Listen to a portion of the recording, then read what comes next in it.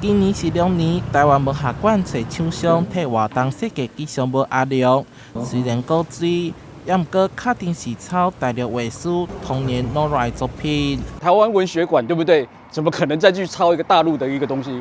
那这个承包商应该要检讨。去抄大陆的东西，就是觉得很奇怪，而且也很可耻的一件事。要为这次的事件致上最高的歉意。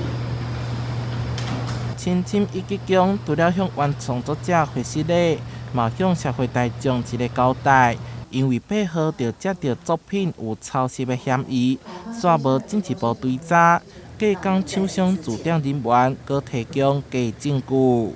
在和大陆原创作者打出家己的创作过程，发声指控。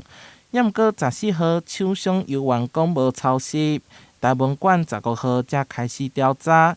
16号才信任原创者要跨海来提告哈，那我想这个文学馆该负的责任绝对不会回避。107好到113年的这个跟原厂商哈跟这个该厂商的这个采购案的资讯呢，我们会主动送交送请这个文化部的这个政风处，我们会对这个驻点人员还有这个厂商提出伪造文书、行使伪造文书刑事告发。厂商18号嘛再度发文回失礼，除了承认抄袭，嘛表示阿良图像是员工的小妹所提供，当作 P 图着无代志。即马案件进入司法程序，台文馆嘛甲厂商做解约，袂阁来学。